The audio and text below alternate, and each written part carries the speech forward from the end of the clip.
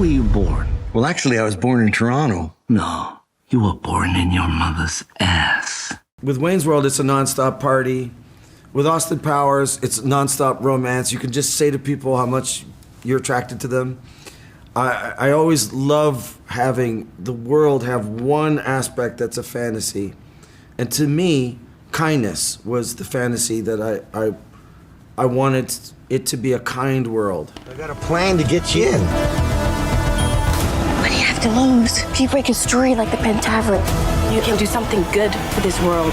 I think shooting 4 mics around the table and shooting the connection and the emotion between the mics and the comedy performance, that was probably the hardest nut to crack, but also wonderfully challenging for a director. It wasn't, nothing scared me. It was just, it sort of fueled me. I like to play with the camera. I like the charisma of what the model, the structure of the show does. And I think that, that cocktail with Mike and these wonderful guys bringing their A game and owning it, all of a sudden you get something quite special. They all came to play. According to the world, you're already dead. The future of humanity is at stake. No pressure or anything.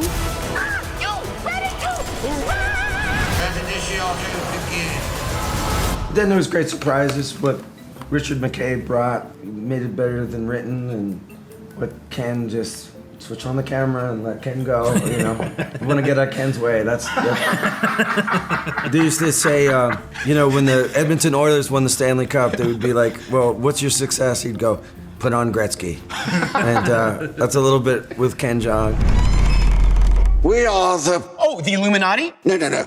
We are the... Oh, you're the Masons. The f***ing Pentaverate. The Pentaverate, asshole. Yeah, he's a total schmuck. The Penta what the f***? And Debi is a fantastic force and a great comedy actress. And Lydia is fantastic at comedy, at drama, at everything.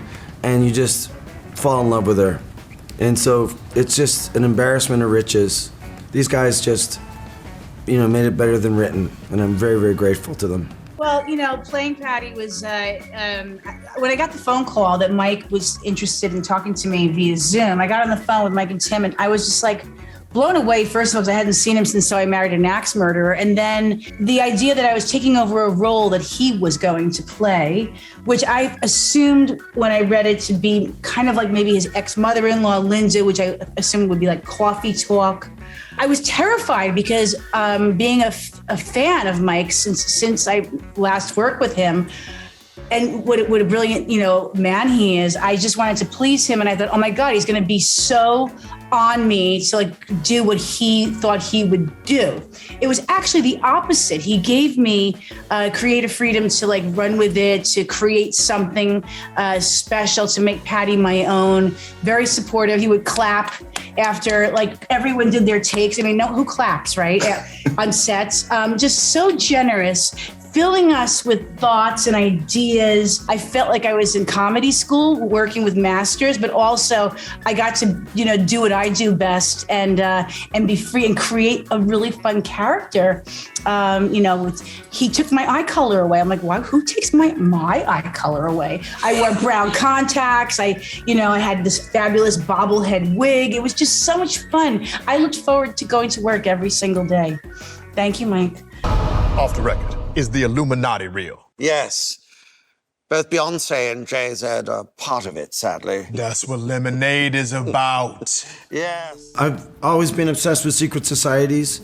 And what's happening in the culture right now is it's a little bit of a war on expertise.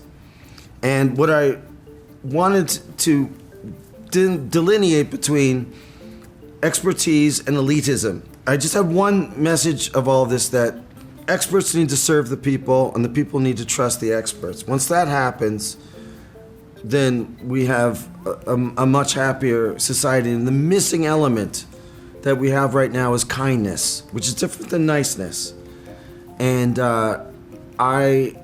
every movie that I write is like our life, but has one fantasy element in it. I haven't had this much fun since I was at a nudist colony and accidentally backed into a meat thermometer.